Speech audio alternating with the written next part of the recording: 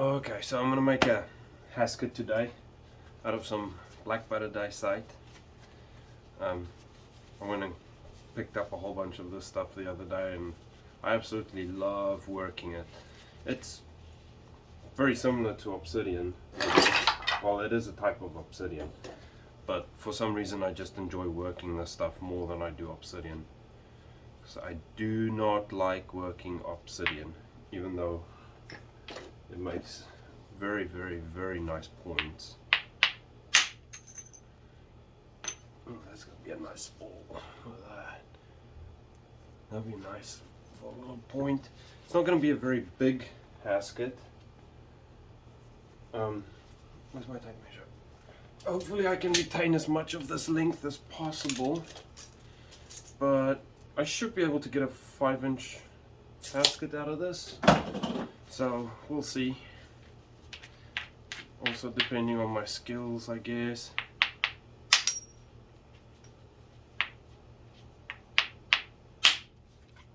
Nice. Nice. That's gonna make a point for sure. I'm trying to save as much of this stuff as possible. This is I don't even know what type of rock this is, but it's pretty soft. It's very much on the soft side. I don't know if you guys can see all the dust that it leaves behind. But this softer hammerstones, I really like using them on obsidian. It just, for me, it just feels better. It just drives a better flake than using a harder one or even a medium.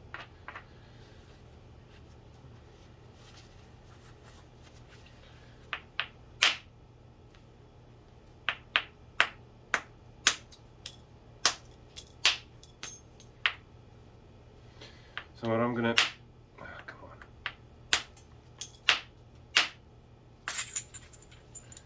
What I'm gonna try and do is get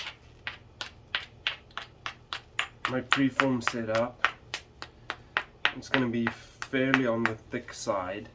I just want to get a basic preform set up at first, and then once I've got that done, then I will go and set up that sort of diamond shape that Hasketts have. And then, oh crap, I don't know if this rock's gonna work.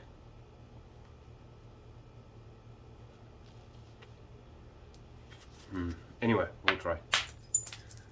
I don't know, can you guys even see what I'm doing? Probably not. I might go get another one and save this one for later, because it's got some weird stuff going on in it. Sometimes obsidian's got like weird flow and then it just doesn't work. Oh, well, let's see what happens. I can always delete this video. Alright, I got rid of most of that anyway now.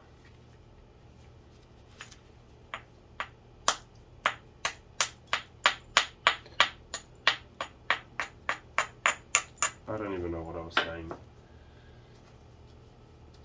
Guess it doesn't matter.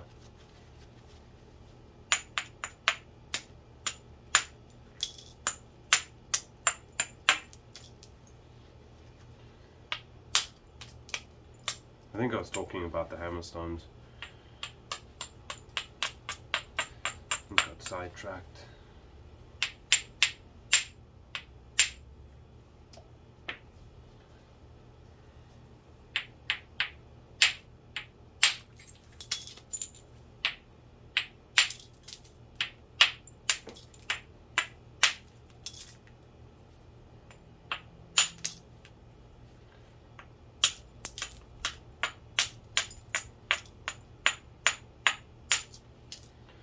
I've only recently started using hammerstones, so I always sucked at it, so I never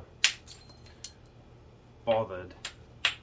But then I wanted to start doing some avo stuff, and it just, I don't know, it's not right if you're going to do avo, use antler and then make your preforms with copper. I don't know, it's kind of, I don't know, feels like it's taboo. I'm not saying it's wrong, I just don't want to do it. Come on.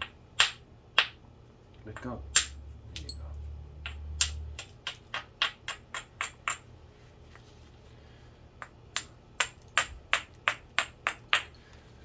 go. I try and keep this as short as possible.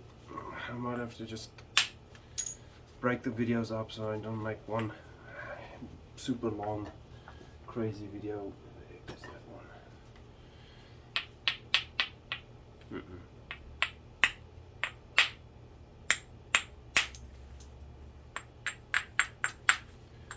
I know my first video was ridiculously long.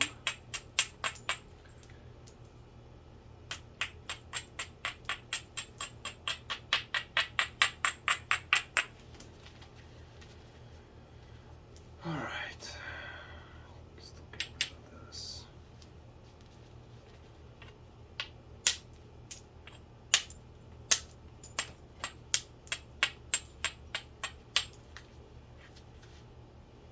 I'm trying to set up convexity as quick as possible, but I still got this right in the middle here that I need to get rid of.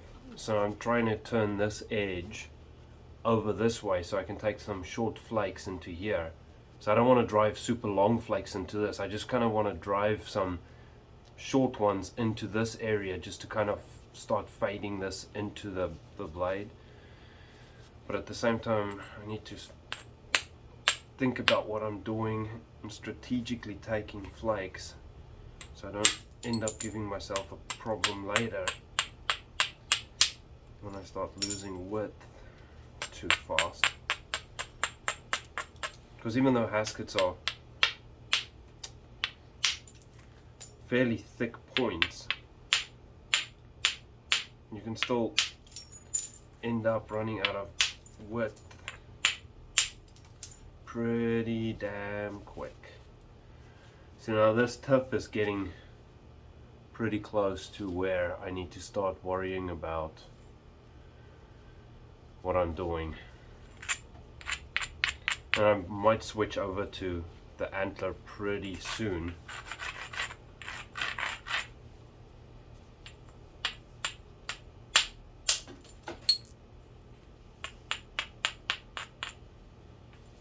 I like these sort of little hammerstones. I can get a nice corner and just get these little piggly little flakes come off. You don't always have to use super big hammerstones, I guess. Not that I know absolutely anything about hammerstone work, but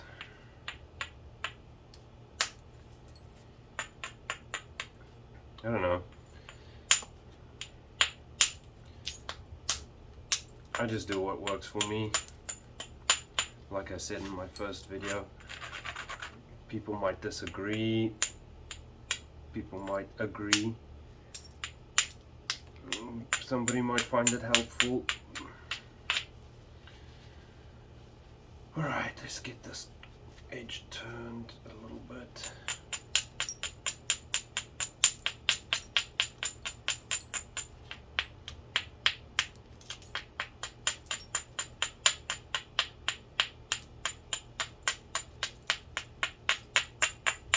And here in Oregon, it's extremely hard to find, well, for me anyway, because I really don't know where to look. It's really hard to find good hammerstones. And this stuff, if you're living in Oregon, this is that sort of pumice sort of rock that comes from Sandy River. And I mean, if you can find a nice solid one, because it's different grades. Like, you know, you get this gray stuff, you get this pinker color stuff, like orangey browny pink color. Like, you can find in both of these colors, you can find different grades. It's kind of crazy. Like, this is more of that sort of in between, I guess, but this is solid. This is super solid. But this one, this gray one, is a little bit more spongy, and the pink is even more well, actually it's the other way around, but this is a lot better. But yeah, anyway, Right. I've got one that I made an anvil stone out of, and that just looks like pumice. But boy, does it make a nice anvil stone.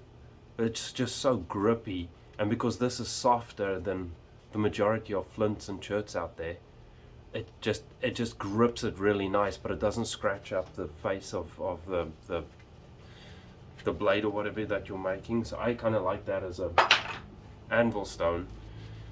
And then this kind of in between hard ones, they're alright. I use them for grinding and all sorts of stuff, but I mean, I don't even know if you guys can see any of this shit.